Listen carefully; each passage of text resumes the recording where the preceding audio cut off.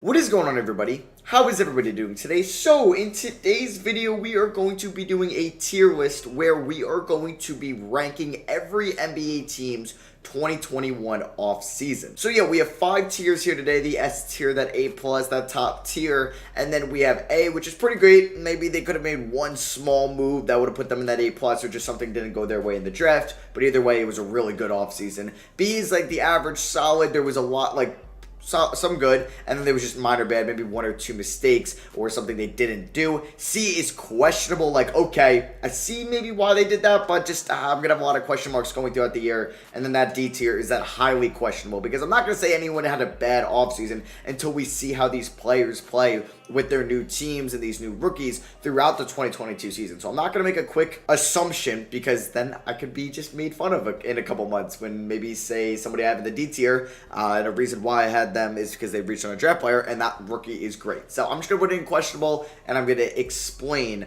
my question. So if you guys do enjoy these tier list videos, drop a thumbs up. I would really appreciate it. And let me know in the comments what you agree with or disagree with. Remember, this is just my subjective opinion. So if you disagree, just comment down below. I'm obviously not going to have exactly what you have, because that would be pretty weird if we all agreed on a specific ranking, because then there'd be no fun in that. So I also kind of have this updated NBA list here of just all the moves every team made. So I'm going to be referencing this, and just in case I forgot. So we are in alphabetical order. We're going to start off with the Atlanta Hawks, and so far they played a summer league game.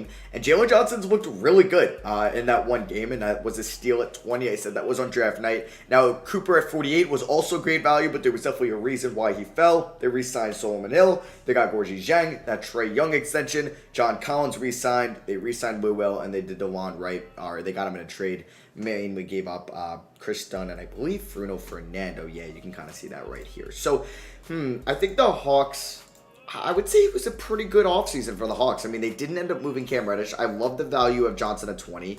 Even just getting Cooper in the second round is pretty nice. That Trae Young extension, they brought back John Collins, and they're really deep as it is. We know that they were in the conference finals. I think they're going to be right back in it as a top 5 seed in the East, probably at number 5.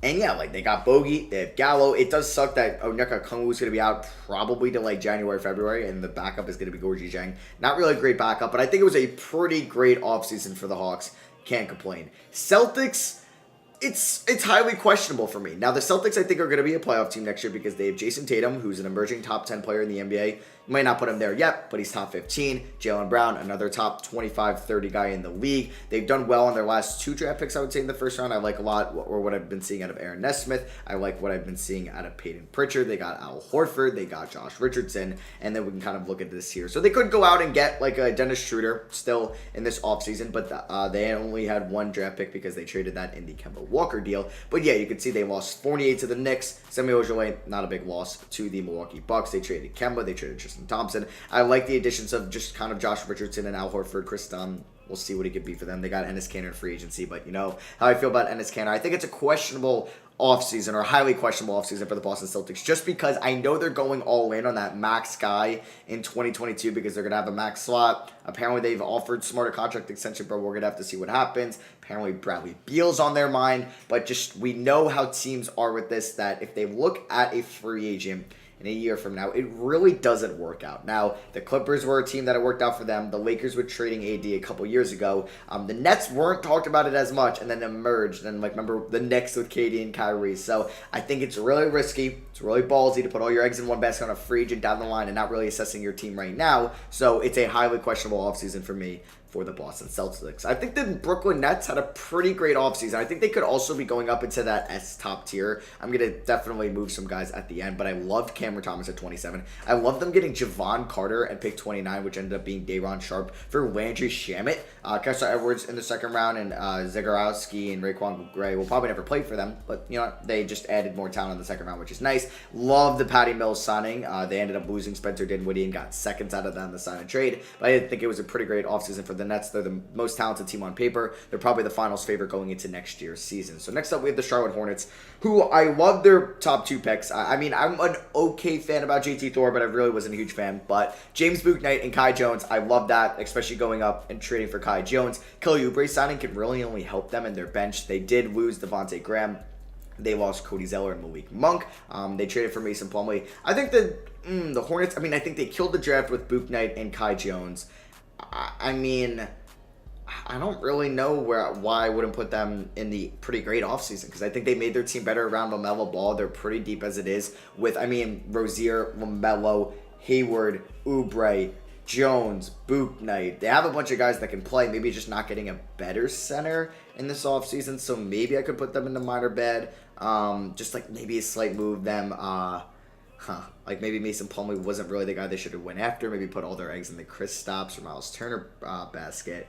I don't know. Do I put him in B? I might put him in B now, but I think I might put him up to A, because I can't have too many teams in A, because Chicago, I think they had a pretty great offseason. I wouldn't say it was a top tier, because they couldn't really add any talent that will probably play for them next year in the draft. Dosunmu might. I really like their free agency. It was one of the best. If this was just a free agency tier list, they would be in the S tier, but getting Alonzo was very nice. Caruso was very nice. That was probably how I'd rank that, and then DeRozan at 3. It's something I guess they had to do. Now, it's nice that DeRozan has been more of a playmaker. It's just because, they had really no better options, but get DeRozan, because no other team was really good to go after him, besides, I think, the Clippers and maybe the Mavs, but I don't know, 3 years, we'll see how he fits next to Zach LaVine and Nikola Vucevic. I think they're going to go in pretty great, because that is a very nice offseason, and they're going to go from that 10th seed in the East, that 11th, 12th seed, to most likely being a playoff team next year, which is what I like to see. Now, some of these moves might not work out, but hey, that's why I'm putting them right now. The Cavs, they had a quiet offseason. They traded Rubio for Taurean Prince pretty much. They gave Jared Allen that max extension, and then they took Mobley at 3. Not a max extension. I should have said major, because 5 years was a lot. I'm going to say it's kind of questionable. Then always having that surrounding question, were they trading Colin Sexton? It's looking like that's not going to happen. They drafted Evan Mobley, which they should have did. I like that a lot. But Jared Allen, 5 years, I've said this before. What happens if we're middle through the year and Jared Allen and Evan Mobley are just not coexisting? Now, they're good basketball players. They should figure it out. But what if they don't, right? You locked into Jared Allen for another 4 more years. So it's a little tough in my opinion. I think that's a big questionable thing. I hate how this it drops like that with the parenthesis. But yeah, I don't know. That's why it's questionable. I'm not saying it's bad. None of these are bad. I'm just saying they're either questionable or highly questionable, because I won't say bad, because then I'll be looked like a fool if I'm too quick to assume on some of my takes. The Mavericks. I think the Mavericks had a questionable offseason. So they didn't have their first round pick. I like them re-signing Tim Hardaway Jr. Boban, he'll play limited minutes, same with Sterling Brown. I feel like getting Moses Brown for Josh Richardson was a really good move. I just don't know about the whole Reggie Bullock. 3 years, $30 million was their biggest new acquisition. They didn't really, they could still go out and trade for a Goran Dragic or somebody like that, and they could still maybe make a big trade for a Pascal Siakam. I don't know. But I think right now you just kind of struggle to really improve this team around Luka Doncic, because, Luka's going to be better. He's going to be the favorite to win MVP. But did this team really improve them enough to beat, yes, they're going to probably not face the Clippers 3rd time in a row in round 1. But say they play Denver, say they play Utah, say they play Portland, Phoenix, one of these teams, Golden State, they're not a definite to win in round 1. So, if we find them just kind of in the same position as they were the last 2 years, not getting out of round 1, it's just kind of, I don't know, they're struggling to, and I also didn't really like the Jason Kidd signing. That's a downgraded head coach from Rick Carlisle, and I think there were some better options out there, even in-house in Mosley. I would have liked, Ime Udoka would have liked for them, or even if they wanted to go more veteran option, just kind of look at Lionel Hollins on the Lakers. So I think they might have got the wrong Lakers assistant coach. I know he ended up leaving though. So Denver had a quiet offseason. They really just brought back their in-house guys and brought in JaMychal Green and Austin Rivers. They got Jeff Green, they lost JaVale McGee, and they got Nashawn Highland. I would say, I would say solid. Just maybe kind of not addressing that shooting guard position, because I know Jamal Murray's going to be out for at least the first half of the year. We got Monty Morris. They got Bones Highland in the draft, which I liked at 26. It's just, I don't know. They're going to have to plug and play guys at the 2. It might be a little bit of Will Barton action for most of the season. But I think it was a solid offseason nonetheless. Detroit. I want to say Detroit. They got the best player in the draft. I really liked Isaiah Livers at 42. Garza at 52 is cool. I don't know if I ever will really get playing time. Olynyk's all right. Joseph, Lyles, Saban Lee. I actually like Saban Lee a lot last year. I would say it's a solid offseason. Really holds them up there because of the Cade Cunningham draft pick. I wouldn't say it was a great offseason, but it was pretty good. Or it was solid. Just getting the best player in the draft is nice. Golden State. Ooh, are they my first S-tier team? I mean, we'll look at, I just love their draft. Kuminga at 7, Moody at 14. I love the pickups of Porter Jr., Bielitsa, and Iguodala, so this isn't fully updated. They did lose Kelly Oubre, which will hurt a little bit, but I just kind of think they added on to their bench. They're going to go in that S tier because I think they really improved on all cylinders in the draft and free agency. The Eric Pascal trade was a little bit questionable because, I mean, you got a second for him, but worse things worse, he's just like a big man, a 6'9" like body out there who's proven he could play in this league. And we know about the Warriors and their depth issues over the last couple of years. So that was kind of intriguing. But they're getting Clay back, and I like every single move they make or made. I don't think they made a dumb move at all. And I'd rather have Porter Jr. and Bielitsa than Bazemore. Obviously losing Oubre hurts, but they just couldn't afford him at all unless they wanted to pay. They signed Oubre to $16 million a year. I think they would have had to pay him like an additional $60 million in the luxury tax, which is not worth it for Kelly Oubre. They're going in that S tier for me, but I could drop them down or add one of these teams up there. Houston, love their draft. Green, Sengun, Usman Garuba, Josh Christopher. I actually kind of hate the Daniel Tice and Nwaba signings. I mean, like, it's 3 years for Nwaba. I mean, it's only $5 million a year. And then Tice got 4 years for 60, which is wait, did he get 4 years for 60? I don't know, but he got 4 years, and I just wasn't a huge fan of the 4-year contract. So I'm gonna say it was a solid, just kind of like the Pistons. I think like the Pistons and Rockets, their draft keeps them up here, but just kind of their other moves in the offseason really kind of trumps them from going up into that A tier. But I could adjust this at the end. Pacers. I think the Pacers had a questionable offseason because there was a lot of like rumors and just kind of speculation. What's going on with Miles Turner? What's going on with Malcolm Brogdon? They didn't look to move them. And I mean, they're going to try to make the playoffs again next year. They'll have a fully healthy squad at least going into the year with Karis LeVert and TJ Warren being at 100%. They re-signed McConnell, I liked a lot. Chris Duarte and Isaiah Jackson. I think Isaiah Jackson was a little bit more questionable. You know me, I kind of wanted a flashier pick for them at 13, but Duarte will be a good player. I think the Pacers will probably go in there. I think if you asked me a week ago, I probably would have had them there, but I'm going to put them in that B tier. The Clippers, loved Keon Johnson at 21, loved Jason Preston at 33, and I loved Brandon Boston at 51. I thought they had one of the better drafts, in my opinion, for one of the teams that really couldn't take a lottery guy. Batum getting in for 2 years, nice. They re-signed Kawhi. I think, like, low-key, the Clippers had an A-plus offseason, or an A offseason. I think it kind of sucks that they won't be with, or they're going to be without Kawhi for most of the season, at least until March. So we'll see what happens there, but I think they did what they could. And if they landed DeRozan, that would have been interesting for them. But I like them a lot. I mean, they've been linked to Pascal Siakam rumors. Probably not going to get him. Lakers. Ooh. I mean, Lakers had a really fun offseason. I don't know.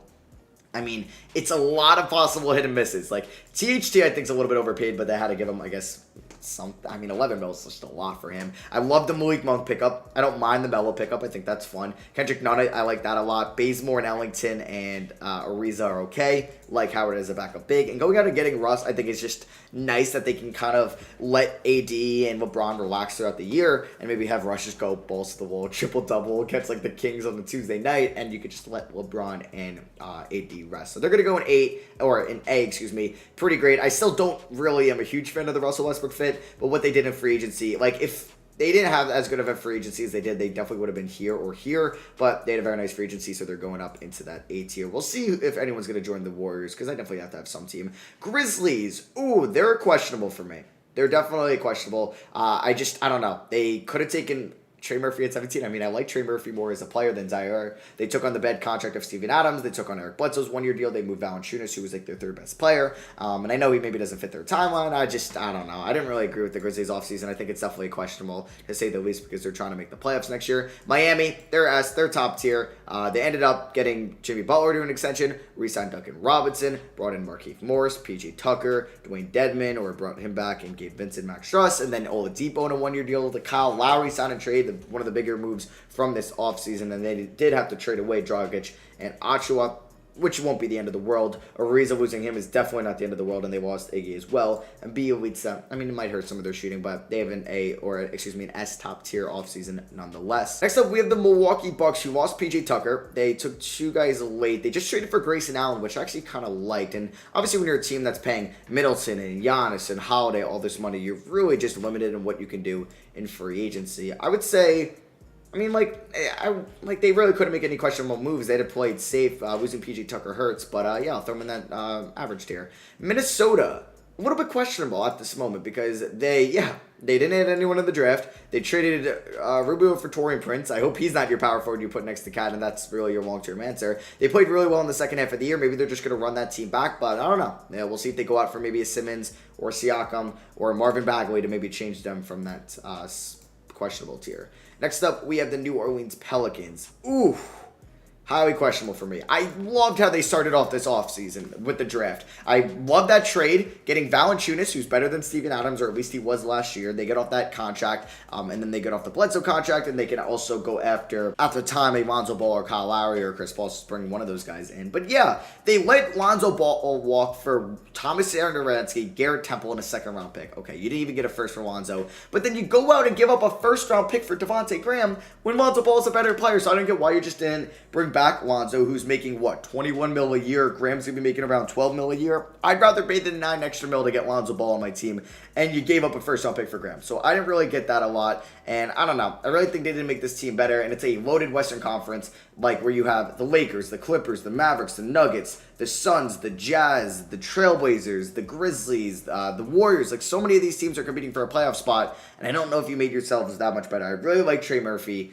I don't mind Herb Jones, but, like, I don't know. I'd rather them just brought back Lonzo Ball. They didn't make a big move at all. Well, I guess the Valanciunas trade was pretty big, but I think it's very questionable the way they're building this team around Zion Williamson. But maybe they're just gonna look more in 2022. That's why I'm just saying it's questionable, highly questionable. You know, not saying it's bad. I'm just questioning it highly. Next up with the New York Knicks. Ooh, okay. I think the Knicks had, at first, I would have put them here. Then I was getting up to here. I think I'm going to put the Knicks here because on draft night, I mean, they added Quentin Grimes. I would have loved it if they just stayed at 19 and 21, but they trade out at 19. They get a future first from the Hornets. They passed up on Keon Johnson. The Clippers trade up to get him. They get Quentin Grimes. All right, I actually loved Miles McBride in the second round, but then I liked what the Knicks did. Adding Evan Fournier the last year is a team option. Same with the Rose, Burks, Noel contracts, and then getting Kemba Walker really moved them, I think, from here to here because the Bulls got better. I mean, the Celtics didn't get better, but some of these Eastern Conference teams got better where it's like, okay, are the Knicks going to be able to go back to the playoffs next year? And I think they do have a good shot with the offseason they had.